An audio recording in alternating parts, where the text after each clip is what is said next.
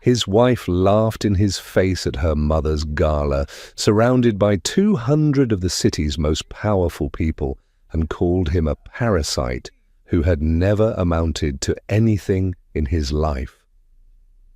What she did not know, what none of them knew, was that the man they were humiliating in that gilded ballroom was the sole anonymous founder and majority shareholder of Novatech Systems, a $58 billion technology empire whose software quietly ran the financial infrastructure of half the world's largest banks, including the very institution that held her family's mortgages.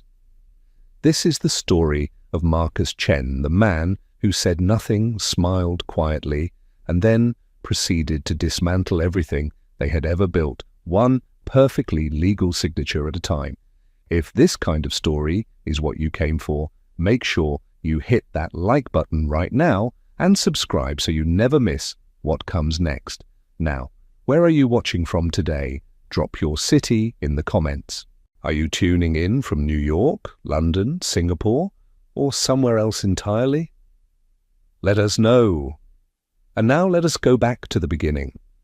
The Ashworth family considered themselves royalty.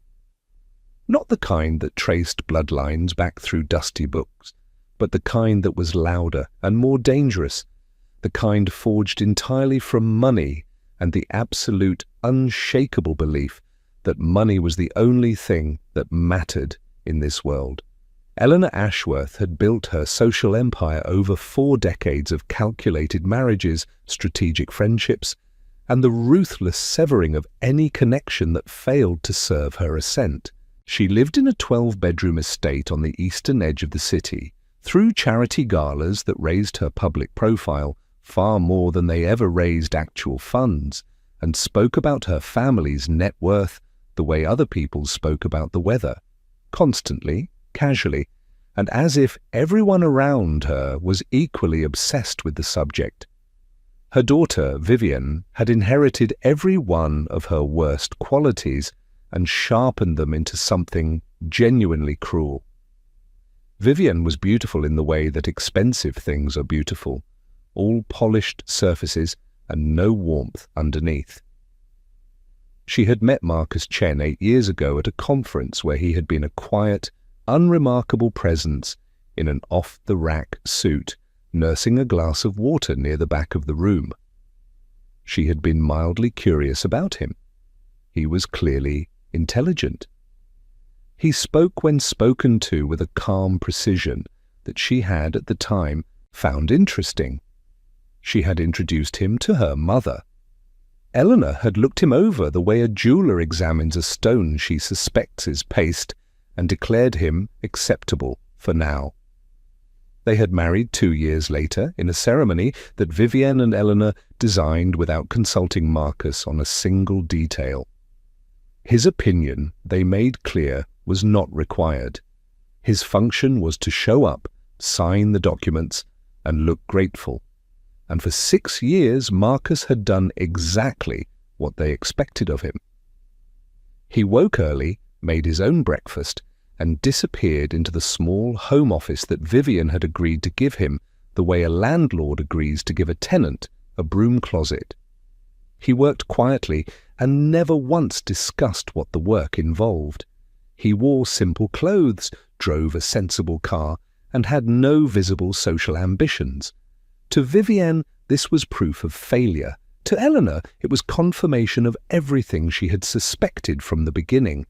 To her brother Richard, who had carved out a comfortable life as a minor investment banker and wielded it like a medieval weapon, Marcus was the family's private joke, a man-shaped void who existed at their table for reasons no one could satisfactorily explain. "He does something with computers," Vivian would say at dinner parties, waving her hand as if shooing away an insect. "Consulting? I honestly couldn't tell you more than that." The guests would nod with politely suppressed contempt. No one pressed for details. The dismissal was understood. The mystery seed, however, had been planted years before any of them thought to look for it. It came in the form of a single, unremarkable envelope that Marcus had left on the kitchen counter one Thursday morning, the kind of thick, cream-coloured envelope that suggested serious correspondence. Vivian had glanced at it, seen the name of a law firm she did not recognize in the upper left corner, and decided it was beneath her attention. She had slid it aside to make room for her coffee cup and never thought about it again. Marcus had retrieved it, read it with an expression that did not change by a single degree, folded it back into its envelope, and returned to his office. That evening, he had made a phone call that lasted 47 minutes. His voice throughout was low, measured, and entirely professional. Vivian had walked past the office door twice and heard nothing that concerned her. She could not have known that the call had just set in motion the legal mechanism that would, 18 months later, reduce her entire family to rubble. But that is getting ahead of the story. Because before the reckoning came, there was one final spectacular humiliation that would serve as the final crack of the whip. The act so cruel and so public that it transformed Marcus Chen from a patient man into something far more purposeful. Eleanor Ashworth turned 70 in the third week of October, and she intended to mark the occasion in a manner befitting what she considered her status. The gala was held in the Grand Meridian Hotel's largest ballroom, a room of chandeliers and white tablecloths that had been rented for an amount Marcus privately found absurd. 212 guests were invited, a jazz quartet played in the corner. The catering alone had cost more than most families spent in a year. Marcus arrived with Vivienne, wearing a dark suit that was perfectly fitted and perfectly invisible in the context of that room. Vivienne wore a gown that had cost $11,000 and had told Marcus this fact 3 separate times in the car, each repetition a small, deliberate nudge at the bruise she assumed his inadequacy had left. He had nodded each time. He had said nothing. The evening began in the way these evenings always began, with champagne, with air kissing, with the low, competitive murmur of wealth comparing itself to itself. Marcus circulated quietly, holding a glass he barely touched, speaking when spoken to, and otherwise being as present and as noticeable as a piece of furniture. Eleanor found him standing near the window at the edge of the room, looking out at the city lights with an expression she had always found profoundly irritating. It was too calm, too self-contained. It suggested a man who was comfortable in his own interior, and Eleanor found that deeply suspicious in someone she considered beneath her. "Marcus," she said, arriving at his elbow with the energy of a prosecuting attorney. "Vivian tells me your little consulting work has been particularly slow this quarter." "Things have been busy, actually," he said. "Quiet. Even." Eleanor smiled with her mouth. "Busy, of course." She let the words sit there like a stone. "Richard's bonus this quarter alone was $400,000. Did you know that? $400,000 in a single quarter." She paused to let that number land. "I suppose busy means different things to different people." Marcus looked at her. "I suppose it does," he said. Eleanor's smile tightened. She had expected either wounded silence or a fumbling attempt at self-defense. She had not expected that maddening, frictionless calm. It made her want to push harder. She called Vivian over, and then, because Eleanor Ashworth had never in her life resisted the opportunity to perform cruelty before an audience, she did the thing that would ultimately cost her everything.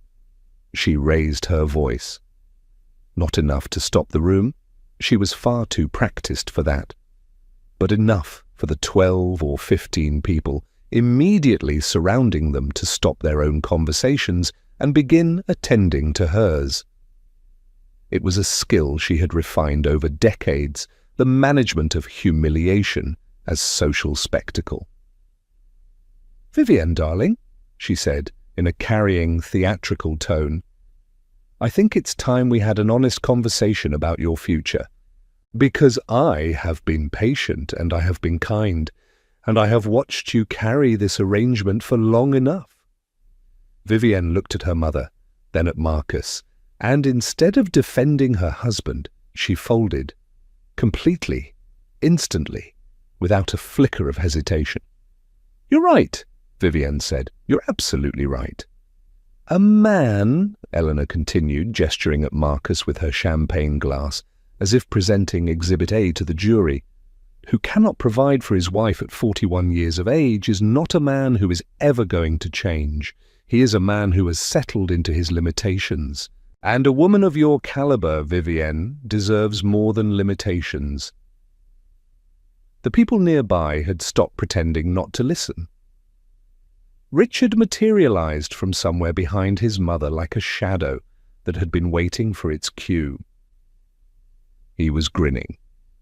He looked at Marcus the way someone looks at a joke they have been wanting to tell for a very long time. "Come on, man," Richard said, clapping Marcus on the shoulder with a force that was just on the wrong side of friendly. "No one here thinks you're a bad person. You're just not right for her, you know? You never were. A man who can't even tell his wife what he actually does for a living." He shook his head with theatrical sadness. "That's not a marriage. That's a charity case." Marcus looked at Richard's hand on his shoulder. He looked at it for exactly 2 seconds. Then he looked back across the room. "You should hear what people are saying about you too," Vivienne said, her voice dropping to the tone she used when she wanted words to cut deep and be deniable afterward. "My friends, my real friends, they feel sorry for me, Marcus. Do you understand that? They feel sorry for me because of you." And then, as the jazz quartet shifted into a new song and the nearby guests pretended to look elsewhere, and the chandeliers threw their golden light across 200 people who had paid no attention to Marcus Chen for 6 years, Vivienne reached into her small silver clutch, produced $500 in folded bills, and held them out to him. "Take a car home," she said. "I think it's better if you leave." It was not the money that broke something open in Marcus. It was the gesture, the performance of it, the theatre of a wife paying her husband to disappear from her mother's party like a valet who had become an embarrassment. He looked at the money. He looked at Vivienne. He looked at Eleanor and at Richard, and at the carefully composed faces of the guests around them who were watching and would remember. Then he took the money, folded it into his jacket pocket, nodded once, and walked out of the ballroom with the same unhurried pace he brought to everything. Behind him he heard Eleanor say something, and the surrounding guests respond with soft, relieved laughter. He did not turn around. He stepped out into the October night, stood on the steps of the Grand Meridian Hotel, and made a phone call. "James," he said when the line connected. "It's time." To understand what happened next, it is necessary to understand what Marcus Chen had actually been doing in that small home office for the past 6 years. Marcus had not always been invisible. Before Vivienne, before the marriage, before the carefully constructed anonymity he had pulled around himself like a cloak, he had been known in very specific, very exclusive circles as something extraordinary. He had dropped out of a doctoral program in computer science at 23, not because he had failed, but because he had finished, in his own mind, what he needed to learn there. He had spent the following 3 years in a converted warehouse apartment writing code that his 2 colleagues, both of whom were themselves exceptional, described simply as unlike anything they had ever seen. At 26, the 3 of them had incorporated a company called Novatech Systems under a holding structure that kept all 3 founders' names entirely invisible behind a series of Delaware-registered shell entities. This was not accidental. Marcus had insisted on it from the beginning with a quiet, implacable certainty that his partners had eventually stopped questioning. "I don't want to be known," he had told them. "I want the work to be known." Novatech built financial infrastructure software. Not the flashy, consumer-facing kind that got profiles in technology magazines, but the deep, essential, unglamorous kind.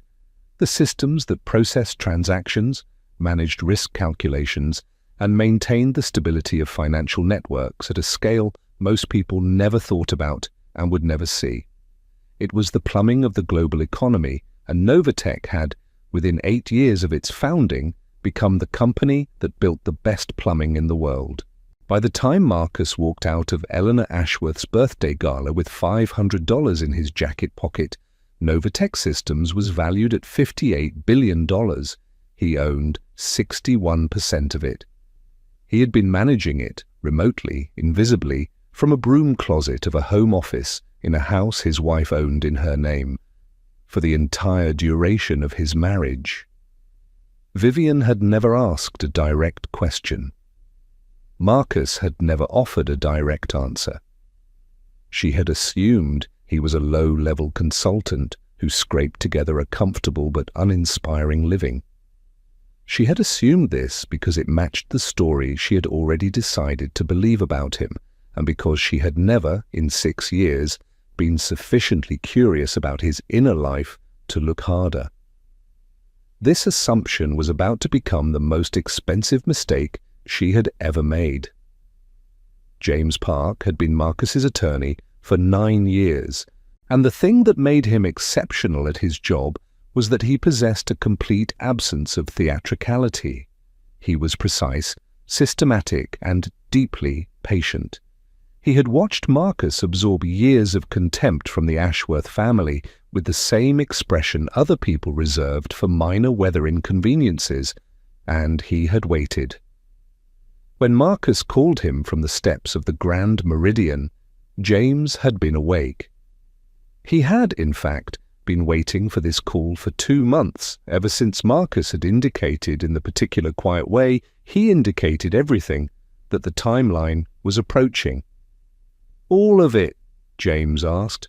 "All of it," Marcus said. "The divorce petition first." "The divorce petition first, then the audit referral, then the property trust, in that order." "I'll have the petition filed by 9 tomorrow morning," James said. "The other matters will follow within 72 hours. "Good," Marcus said. He paused. "James, make sure everything is absolutely clean. I want nothing that can be challenged." "It's been clean for 2 years," James said. "I've been ready." Marcus ended the call, took a slow breath of cold October air, and looked up at the hotel facade for a long moment. Then he walked to his car, started the engine, and drove home at a perfectly ordinary speed. He slept deeply and without interruption for the first time in months. The following morning, while Vivienne was still asleep, Marcus sat in his office and reviewed the files that James had sent over at 6 in the morning. The divorce petition was already filed. It cited irreconcilable differences. It made no dramatic accusations. It was clean, precise, and devastatingly calm, exactly like the man who had authorized it. But the petition itself was, in truth, the least significant document in the package. Because what Marcus and James had spent the previous 2 years quietly constructing was not simply a divorce. It was a comprehensive legal and financial reordering, a systematic dismantling of every structure the Ashworth family had built their security upon, executed with the precision of people who understood exactly where every load-bearing wall was located. The first element was the property trust. 3 years into his marriage, Marcus had, through a complex series of holding companies, quietly acquired the land parcel upon which the Ashworth family's estate sat. The purchase had been made through 7 separate entities and had taken 11 months to complete without triggering any alert. Eleanor Ashworth believed she owned her 12-bedroom estate outright. She did not. She owned the building. The land beneath it in its entirety now belonged to a trust of which Marcus Chen was the sole beneficiary. The second element concerned Richard. Richard Ashworth's investment banking career had been built in part on a series of transactions that had sailed several degrees closer to the wind than the relevant regulations permitted. Over the course of 2 years, a forensic financial investigator retained by James's firm had assembled a comprehensive and meticulously documented file on those transactions. The file was detailed enough to make any competent regulator extremely unhappy. The file had been sitting in James's safe, waiting for the right moment. The right moment had arrived the previous night, when Richard had clapped Marcus on the shoulder and called him a charity case in front of witnesses. The third element was Novatech itself. Here was the exquisite, almost architectural irony that Marcus had recognized years ago and had never once mentioned to anyone in the Ashworth family. Novatech Systems was, among its many other clients, the primary infrastructure software provider for Meridian Capital Bank, the bank that held the mortgages on 3 of Eleanor Ashworth's properties, including the estate, and the bank that managed the investment accounts through which Richard processed the most significant portion of his clients' funds. The Ashworth family's financial life ran, in ways they had never bothered to understand, on software that Marcus had written. He had thought about this many times over the years. He had thought about it with something that was not quite satisfaction and not quite sadness, a feeling more like looking at a very complicated clock and understanding every gear. Now he was going to stop winding it. The divorce petition reached Vivian at 8:47 in the morning, delivered to her phone by a notification from a legal service as she stood in the kitchen in her robe, drinking the coffee that, as she had complained many times, Marcus had never learned to make correctly. She stared at her phone for a long moment. Then she called her mother. Eleanor Ashworth's response to the news of the divorce petition was precisely what one would expect from a woman of her particular character. She was delighted. A divorce, properly managed, could be turned into a social narrative about Vivian's liberation from a man who had never deserved her. Eleanor was already composing the story in her head before she had finished the call. "Let him file," she told Vivian. "He has nothing. We'll have my lawyers handle this within the week. You'll get the house, you'll get whatever pittance he's managed to accumulate, and you'll be free. This is a good thing, Vivian. This is the best possible thing." Vivian felt the relief of a woman who had been given permission to feel only one simple emotion about a complicated situation. She called the family's lawyers, a prestigious firm that had served the Ashworths for 20 years, and instructed them to handle it. The lawyers sent a response to James Park within 24 hours, requesting a full financial disclosure from Marcus. James Park sent back a document that was 412 pages long. The Ashworth family's lawyers read it in shifts. By the time the senior partner had reached page 47, he had placed 3 phone calls to colleagues for second opinions. By page 103, he had poured himself a drink, which he was not in the habit of doing before noon.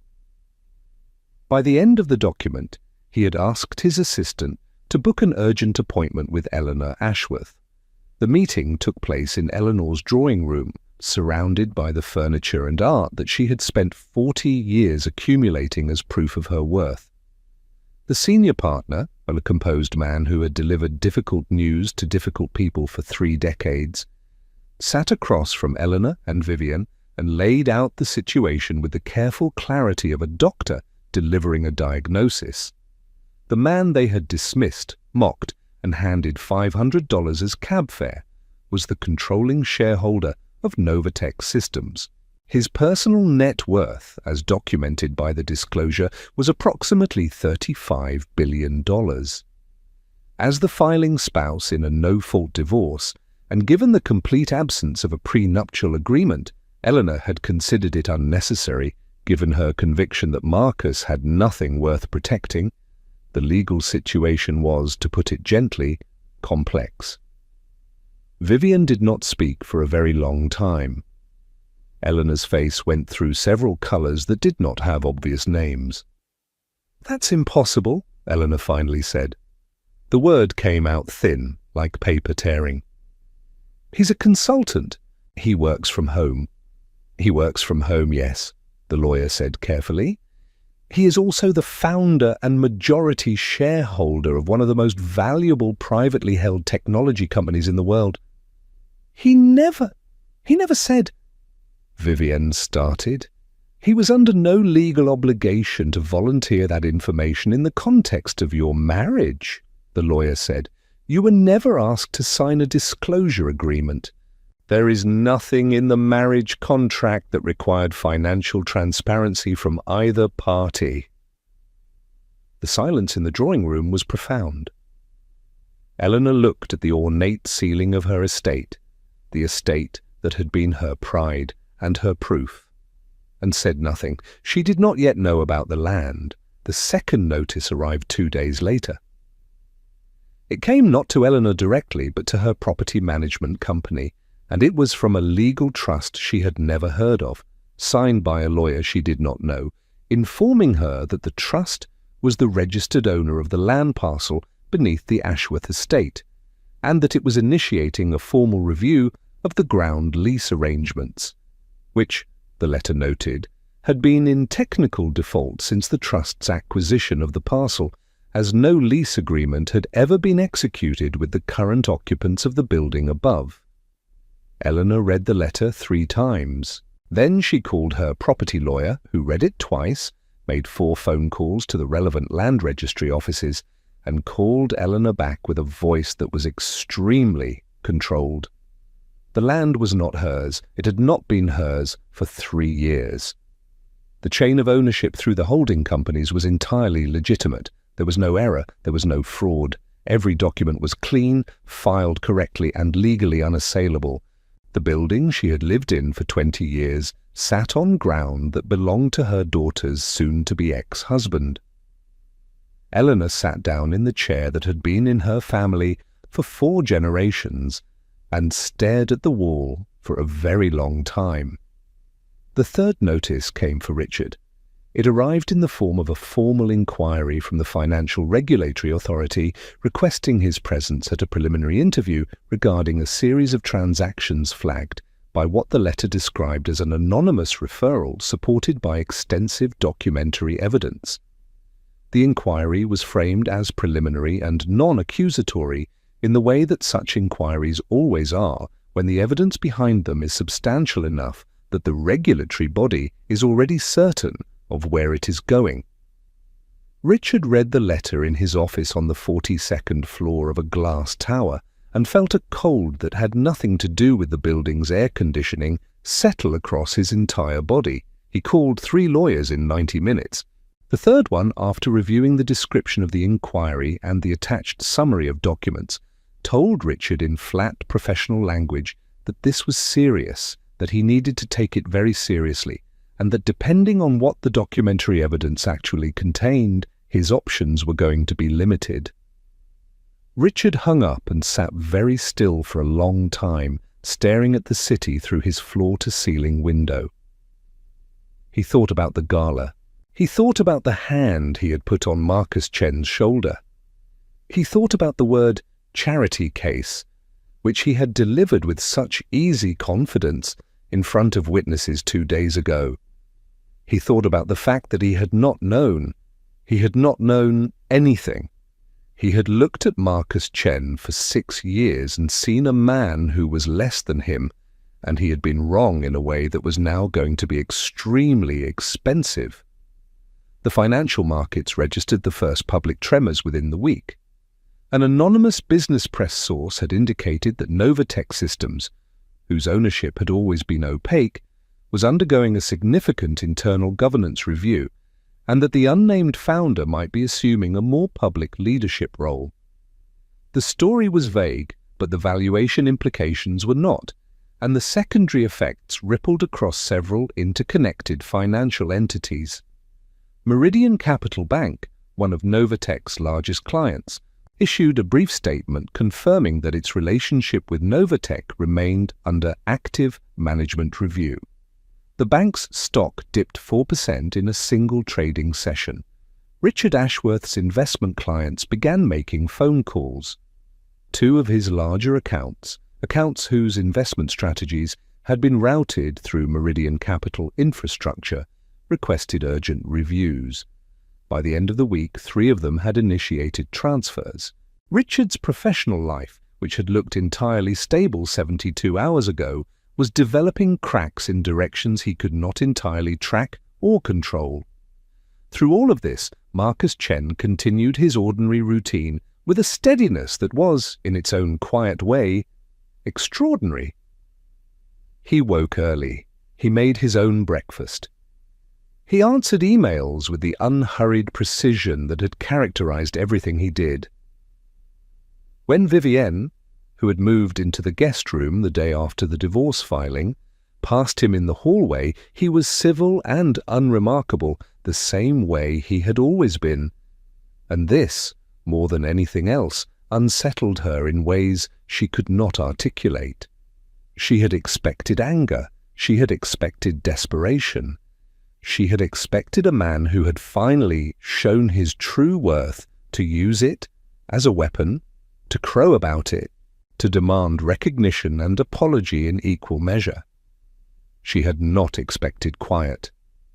His lawyers and her lawyers were conducting the divorce proceedings with the kind of careful formality that suggested both sides understood the complexity of what was at stake. The absence of a prenuptial agreement was the central wound in her family's position. The legal team was working to maximize her claim, but the financial disclosure had been so thorough, so airtight, and so strategically structured that their options were being narrowed with each passing week. Vivienne called her mother every day. The calls had become a different shape than they used to be. Less triumphant, more hollow, 2 women performing a version of confidence that neither of them fully felt anymore. Eleanor, for her part, had entered a new and unfamiliar emotional territory.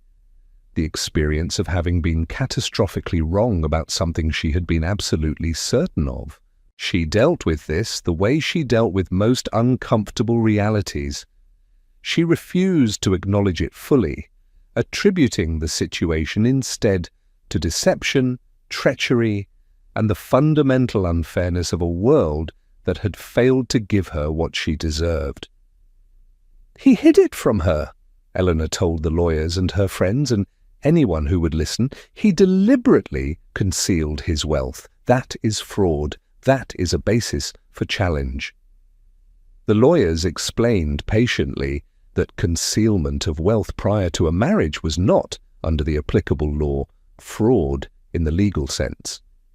It was unorthodox. It was perhaps unkind. It was not actionable in the way she needed it to be. Eleanor did not find this satisfying. 3 weeks after the gala, James Park called Marcus with a question. "She wants a meeting," James said. "Vivienne, in person, without lawyers. She says she wants to talk." Marcus considered this for a moment. "Where?" he said. "She suggested the house." "All right," Marcus said. "Thursday." The house felt different to Marcus when he walked through it that Thursday evening, with the awareness of what it now was. A transitional space, a location between one version of his life and another. Vivienne was waiting in the living room, sitting with a posture that was different from her usual one. The performance was gone. She looked exhausted. "I want to understand," she said when he sat down. "I need to understand why." Marcus looked at her for a long moment. "Why I didn't tell you," he said. "Yes." "Because I needed to know if you were capable of seeing me," he said. "Not what I owned, not what I was worth. Me." And after about 6 months, I knew the answer. Vivienne was quiet for a long time. And you just stayed? I stayed because I thought I might be wrong, he said. I gave us 6 years. I was not wrong. She looked at her hands. The gala? The gala was the last one, he said. Not harshly, just clearly. There was nothing left to say after that. They both knew it. The conversation had the feeling of a door being closed, not slammed, not forced, just pressed shut with a quiet and final click. Marcus stood. James will make sure the settlement is fair, he said. You will be fine financially, Vivian. I have no interest in leaving you with nothing. She looked up at him with something that might, in a different story, have been the beginning of real reflection. But this story had already been written. The people in it were who they were. Marcus picked up his jacket and walked out of the house for the last time. The confrontation with Eleanor came 6 days later, and it was not arranged. It arrived the way certain kinds of reckoning always arrive, uninvited, loud, and several weeks too late to change anything. Eleanor appeared at the offices of James Park. She had obtained the address through her own lawyers, unannounced, at 10 in the morning, with a fury that had been building for 3 weeks and had nowhere left to go. She was ushered into a meeting room, given water she did not touch, and told that Marcus Chen was available to speak with her.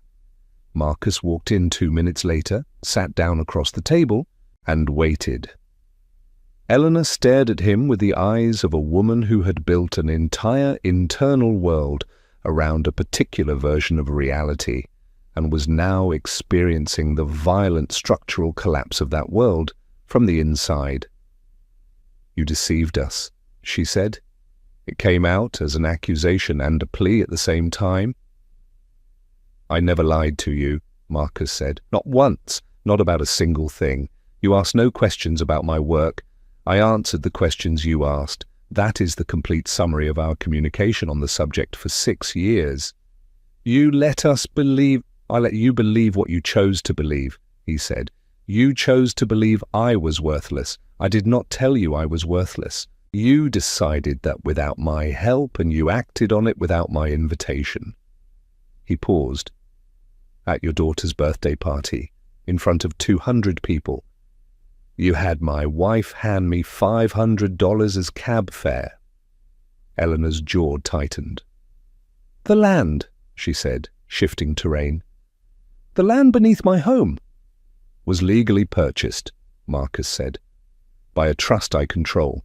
Every document is in order. James can provide you with the full chain of title. You bought the land under my house without telling me. I bought land on the open market through a series of legitimate transactions, Marcus said. The land happened to be under your house because the seller happened to own it and wanted to divest. I happened to want to acquire it. None of that required your knowledge or your permission. This is cruelty, Eleanor said, and her voice cracked on the last word in a way that surprised even her. This is deliberate cruelty. Marcus looked at her steadily.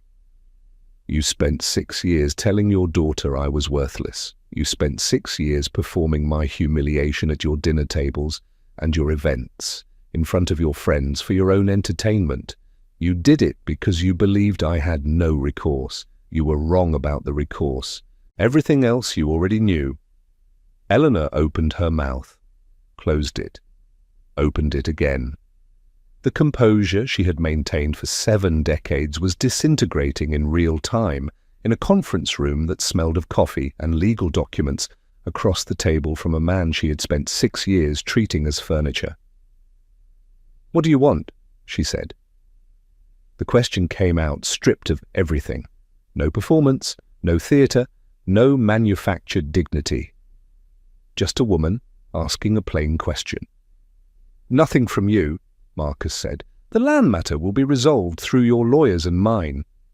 There is a fair market ground lease arrangement available if you want to continue living in the estate. The terms are reasonable. James will explain them. He stood.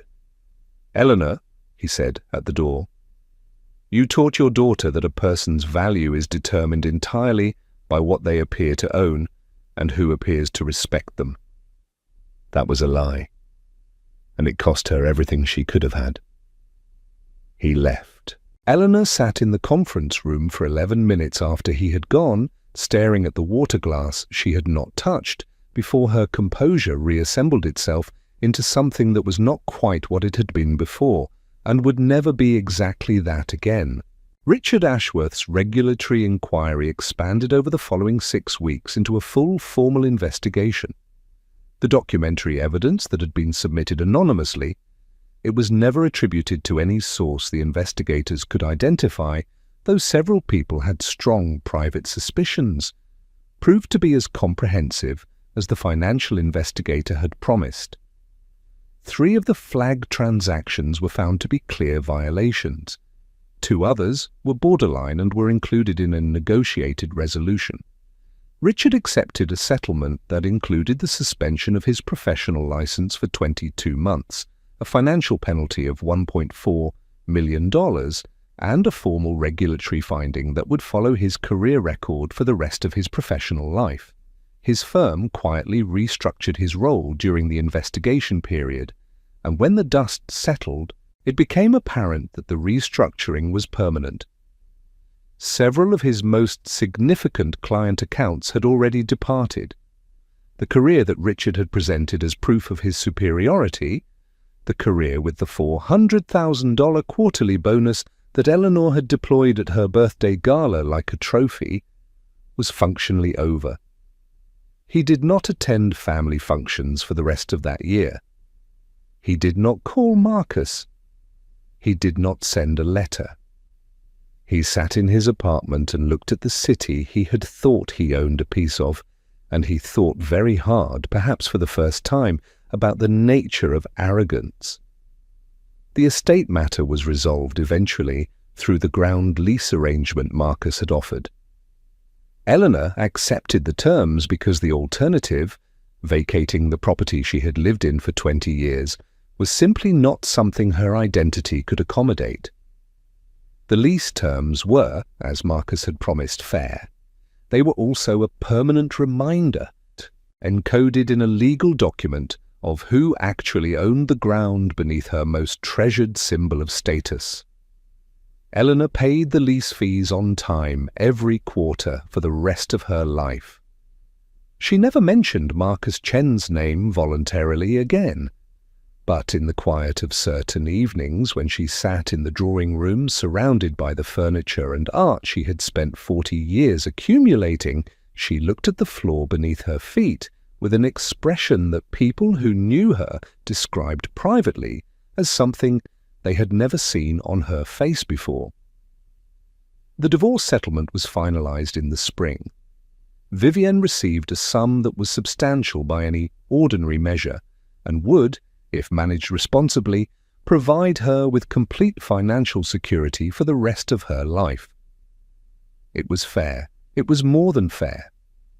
It was the act of a man who had no interest in cruelty and considerable interest in being done. She signed the final documents in a room that smelled of fresh paint and spring air, and then she walked out into a life that she would have to entirely rebuild from a foundation that had never been as solid as she had believed. Marcus spent the month following the finalization of his divorce doing something he had not done in many years. He was publicly himself, not in a splashy, performative way, not in the way of a man who needed the world to witness his transformation, but quietly, deliberately, in the way of a man who has put down a very heavy thing he has been carrying for a long time and is finally allowing his posture to return to its natural shape. He accepted an invitation to speak at a technology conference, not as a mysterious industry figure, but as the publicly identified founder and chief executive of Novatech Systems. The announcement of his identity generated significant interest in the financial and technology press, which covered his emergence from anonymity with the kind of breathless energy that the industry reserved for genuinely unusual stories. The coverage was uniformly admiring. The company, which had been extraordinary in private, was now extraordinary in public, and its founder, who had spent 6 years being handed cab fare by his in-laws, turned out to have a speaking style that was precise, clear, and occasionally funny in the dry way of people who have observed human nature for a very long time and find it quietly absurd. James Park watched the conference live stream from his office and permitted himself a small, satisfied smile. Marcus moved into a house that he had purchased quietly some months before, in a neighborhood that was pleasant rather than ostentatious, surrounded by ordinary streets and the kind of neighbors who did not know or care who he was. He set up his office.